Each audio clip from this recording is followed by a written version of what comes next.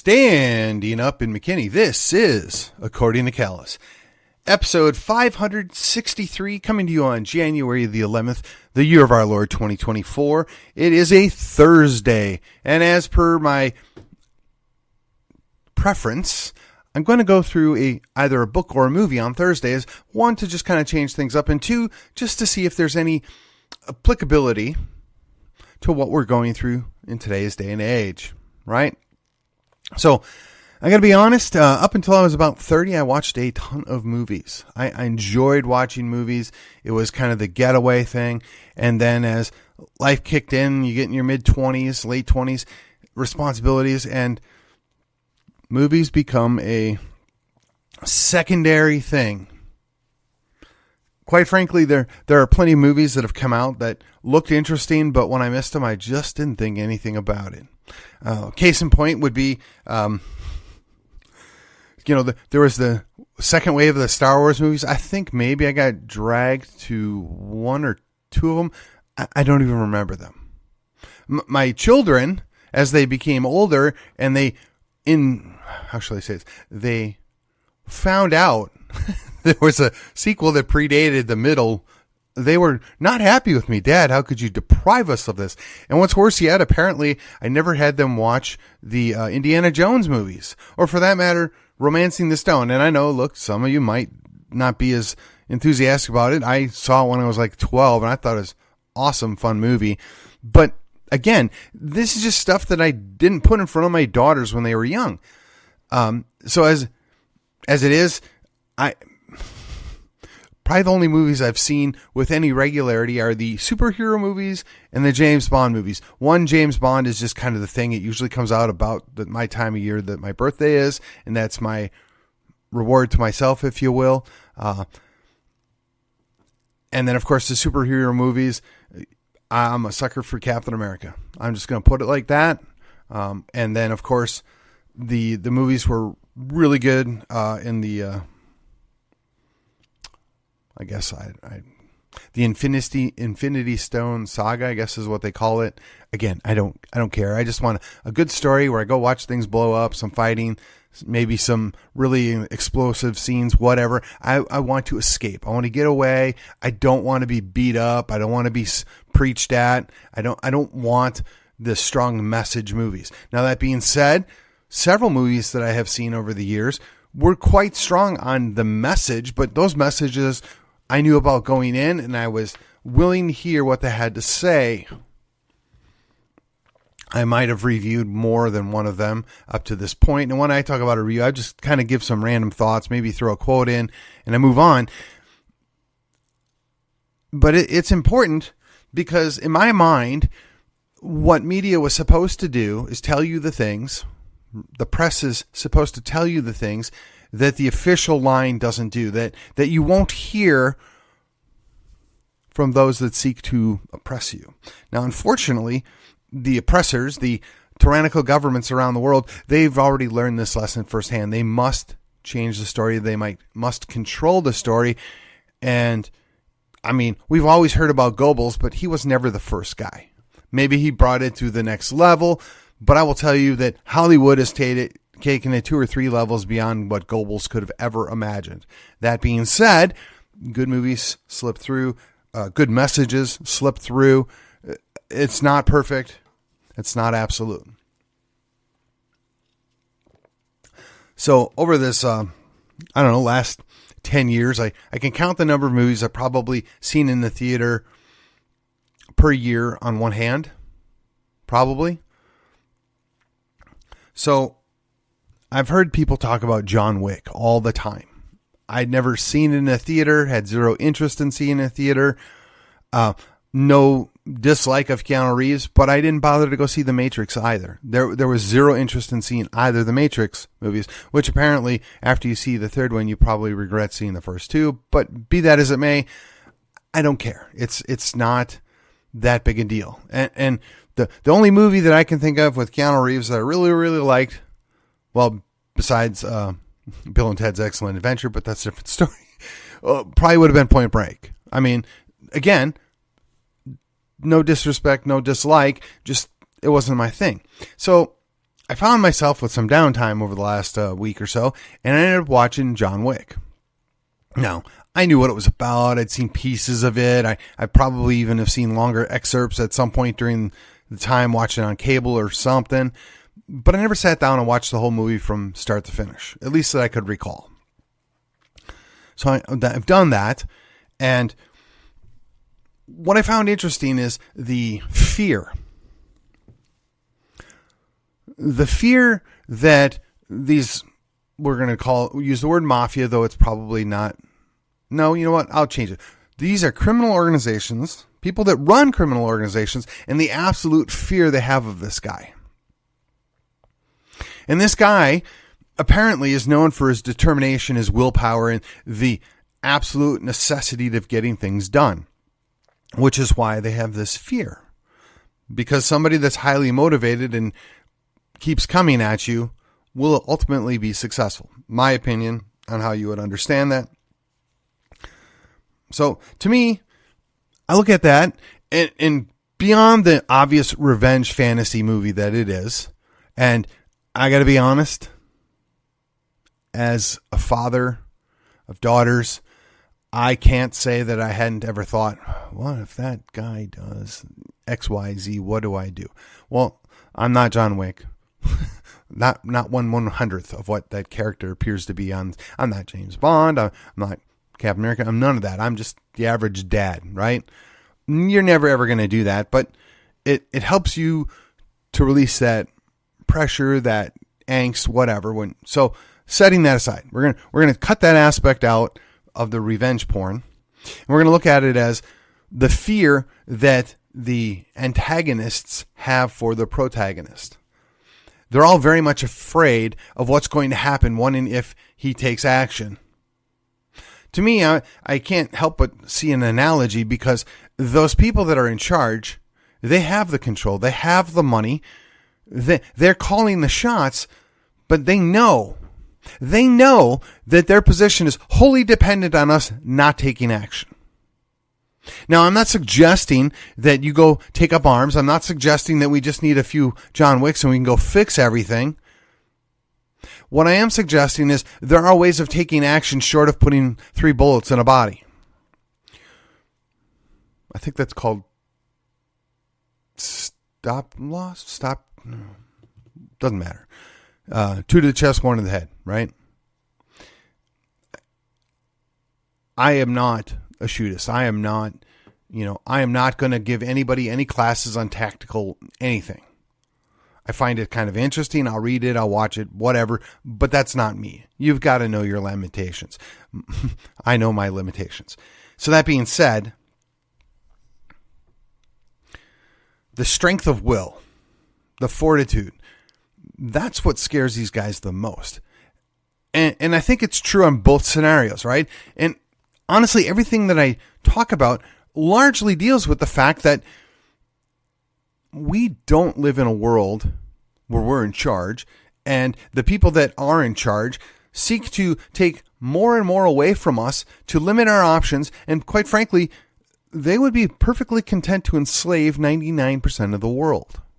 Well, I'm not down with that. So what does that mean? We have to reconsider. Now, the other thing that should be noted, this character doesn't just lash out. He's methodical on how he plans and how he prepares and the things that he takes, and he has fallbacks, and he's got egress planned out for him, right? He knows what he's going to do as a character. Now, when you're dealing with a large sum of people, you can't prevent certain people from taking actions that aren't well thought out. You can't stop people from acting on their own. And I don't think that's necessarily something that we want to do anyway. But we do need to act in concert. We do have to be on the same page, or at least in the same book. We want these things. How do we accomplish them? And what's the best way to apply pressure to the people that seek to end us? And that's what it all boils down to, right? In the movie, famously they stole his car and killed his dog. And in response, I don't know what the number is. Let's say it's 120 men die. But it didn't mean that the guy didn't have pity, or he didn't have restraint. there's wrestler turned actor Kevin Nash. I heard him talk about this at one point. He was interviewed about this scene in the movie, and John Wick's character is behind him, puts the gun basically to his head, and he's asked by Francis, I think his character's name, "Hey, are you working tonight?" "Afraid so." And then a couple more things go by, and basically Francis is a thank you for not getting killed. And this is, again, my interpretation of both the interview and what I saw in the movie. Tells him how many people are there, and then promptly leaves the scene. This guy's clearly angry with the whole organization. There's really no reason to let this guy live other than the problem wasn't caused by this guy. There's restraint. There's targeted action. Likewise, when he goes through and does all the damage that he's doing, it's not full-on recklessness. He tries to pay attention to where he's at, but he doesn't let everything else get in his way. There undoubtedly are what you would call collateral damage. Innocents injured or killed. Some of that could be attributed to the fact that they were in the wrong place at the wrong time. Some of it could have been attributed that they are in fact criminals that just happen to get a comeuppance on their penalties. And to be clear, in the movie, none of these people, including John Wick, are good people. They're not good guys. Now, we're supposed to feel for this guy that he gave up his life that he had, and he had 5 years of bliss with the woman of his dreams, and that changed him and made him a new man until they took it away from him. Again, this is an older trope. We've seen this before. The gunslinger puts up his guns, goes to live on the farm until they show up or the ranch until they show up and wreck his life. And then he goes to deal with the problem. So there's your corollary, right? There's this trope. There's this idea that this goes on, and you can't help but enjoy a good part of it, right? People getting what they deserve. And that's a major theme that should be explored because, quite frankly, we have an entire class or subclass of people that get many, many things that they don't deserve and, in fact, never receive the thing that they do deserve. They're the ones calling the shots. They're the ones pulling the strings. They're the ones that think they're above it all and removed from it all. But at night, I wonder if they go home and think, well, what if the boogeyman comes? What happens if those people out there realize that they outnumber us, a couple thousand to one? What are they going to do if they realize there's nothing to prevent them from just ending this right here and right now? I mean, clearly they're trying everything under the sun to keep us at each other's throats, to distract us, to point us in different directions, to not allow us to figure out what's playing out in front of us. That's not really covered by this movie, mind you. But clearly, when action is decided, when we decide we've had enough, the results will not be as lopsided, but they will be equally as devastating. You know, I got to laugh. They've quit calling it an insurrection now on January the 6th. Now it's a riot. I'm not sure how it's not a mostly peaceful riot based upon the Summer of Love. Notwithstanding that, none of those people went there armed. None of those people went there and actually hurt or physically killed anybody, except for a few Capitol Police people who shot Ashley Babbitt, who beat up another older lady, who, you know, they did all these different things. No, look, I said back then, I don't think it's a good idea. I wouldn't be in D.C.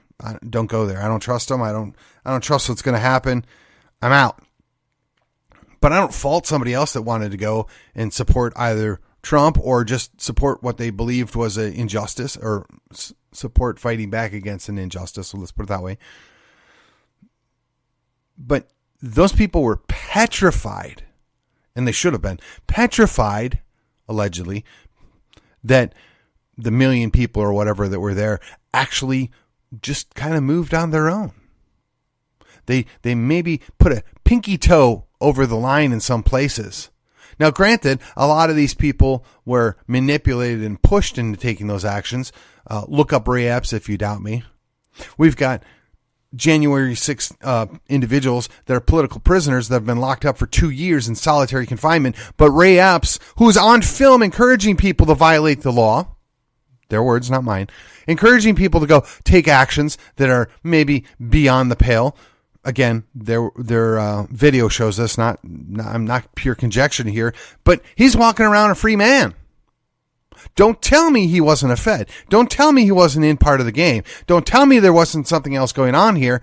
It should all be self-evident, but here we are. And again, the strength of will of people. If only 1 in 10 of those folks that were there in D.C. would have had the force of will, that had decided enough was enough, I'm fairly certain nobody could have stopped them. So yes, indeed, our powers that be, our actors in Washington, very, very fearful of we the people.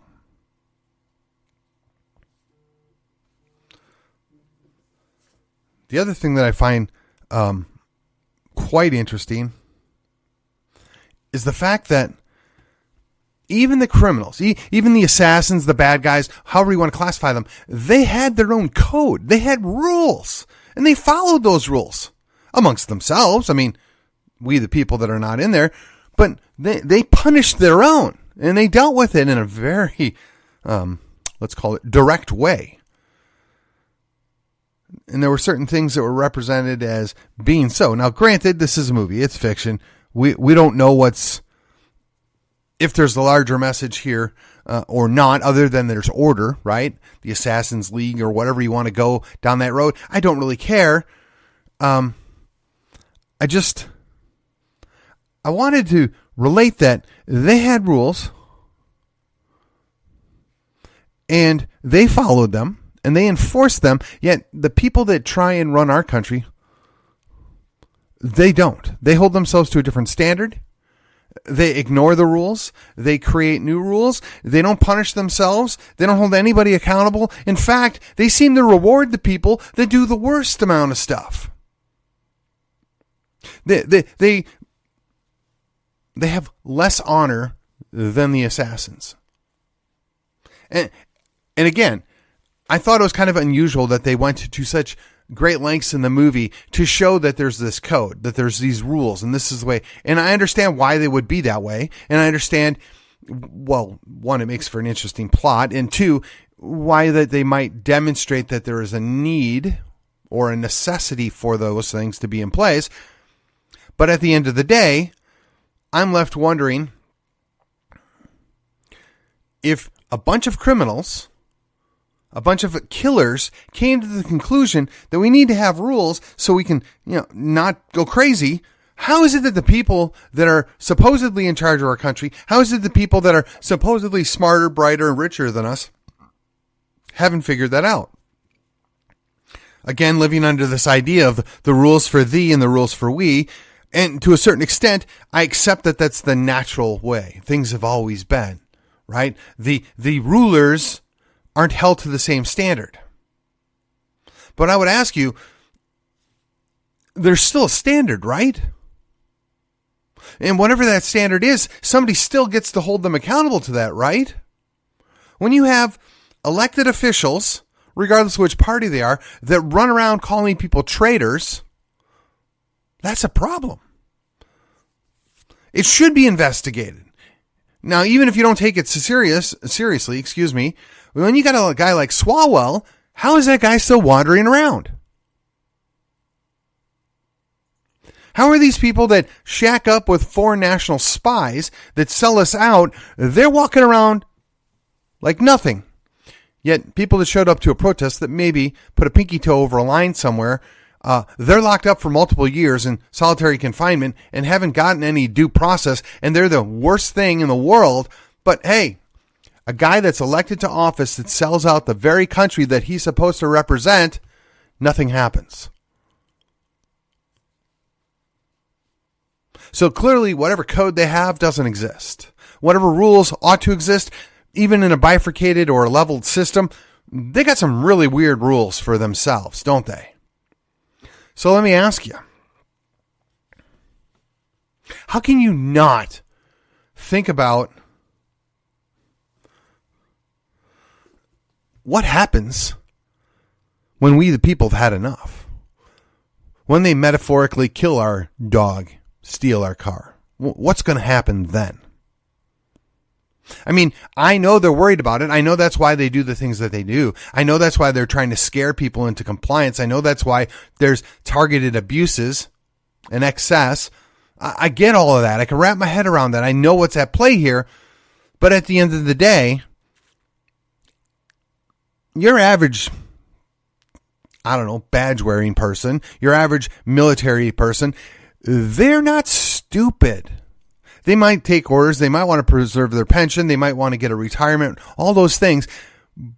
But when things get to a point, I'm not sure that they're going to get the help that they think they're going to get. I'm not sure that those people are going to be willing to sacrifice their family security, their extended family security, their friends' security, just to keep that little bit of money that may or may not show up once a month. So where does that leave us? Back to the movie. A deal, more or less, is struck between the antagonist and the protagonist. You took the last thing of my wife and my family. I'm going to take your son. And that may have been enough, but then the antagonist amps it up another notch, and the protagonist decides that he must go as well. Funny how that works.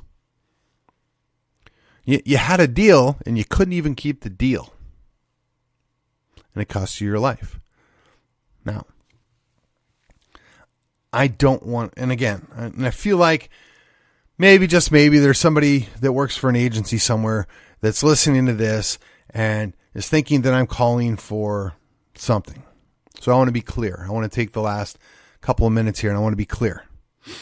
One, as a student of history, as a student of political science, as a guy that spent a couple of years in the Navy, which is probably potentially the second easiest branch in the military. The only thing easier is the Air Force. Yeah, I said it. But the reality is they all have their strengths. They'll have their weaknesses. We all have a role. I don't want a war. I don't want any form of war on this soil if it can be avoided. I would never advocate for that. I wouldn't even advocate for targeted elimination, any of that stuff. I think that's a very, very bad idea. Once you cross that line, there's no going back. All sides will fight to absolute exhaustion, and more than likely what you'll end up with is a tyranny worse than you could ever imagine. If you doubt me, look at France and look at Russia. We don't want that. We would like to settle this civilly. We would like to, come to an agreement that both sides can live with, or 4 or 5 sides could live with. Something that would leave us functional and not sitting ducks. I don't know that we're going to be left with that option. That's what bothers me. That's what concerns me. That's one of the reasons why I continue to do this. I don't want to start anything. I don't want anybody that would ever listen to me to walk away or put down the headphones and think, oh, that callous wants me to go take action. No. You should be prepared perhaps for counteraction. You would definitely be wise to be able to to defend yourself, or be prepared to look after yourself and your family. I wish on a scale of 1 to 10, I was a 10. I might be a 3 or a 4, but I'm nowhere near what I would like to be. And maybe my 3 or 4 is somebody else's 7. I don't know, but there's a whole lot of people with zeros. They have zero readiness, zero anything. I got to tell you, that's what our masters, our self-appointed masters, they want. They want us to be incapable of taking care of ourselves. They want us to be incapable of thinking for ourselves. They want us to be fully dependent on them. Again, I'm not down with that. I can't fix everything. I wouldn't even pretend to know where to start in trying to fix everything. But what I can tell you is taking action short of John Wick is political action. Taking action through education. Taking action through, quite frankly, entertainment. Taking action through interaction. Building your network. Finding friends and allies. These are all very first steps. Continuing to do this, continuing to be reliant, continuing to, here it is again, develop a culture of independence. All of that is far more a threat to those that seek to oppress us than a couple of lone guys show up pretending they're John Wick. Or Rambo if you prefer. You see, we still have a code. Our self-appointed masters don't have a code. Nothing like it at all. In fact, their code is probably the inverse of what is normal, that if they should have one. Our code is we don't hurt people. We don't take their stuff. We treat people with respect. We want to get along as much as possible. Some would call this the golden rule. Now, not everybody is exactly on the same page, but as a general default setting, if people have their basic needs met, they don't feel the need to go out and beat up their neighbors. They don't feel the need to go out and interfere with what other people are doing. But when you put substantial roadblocks in their way, when you interfere with their life, when you take away the last part of their family, they react.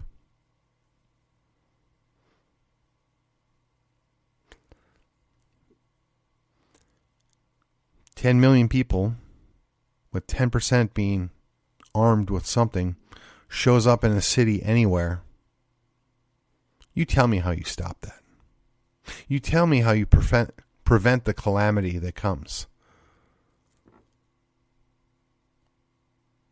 But I will tell you, as sure as I'm sitting here, I don't want to ever see that. Nor do you. There are peaceful options. There are opportunities that we need to look at. There are much better outcomes than that. And I implore you, please take action on those first and foremost.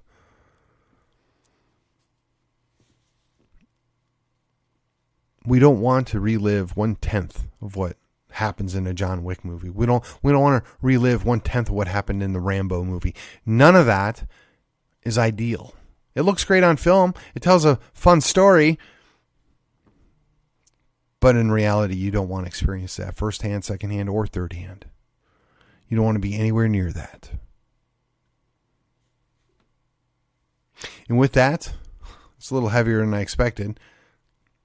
Maybe go watch John Wick again. See if you have similar thoughts. And, I'm going to watch part 2 here, I guess, too. In any case, with that, this has been According to Callus, and I will see you on the other side.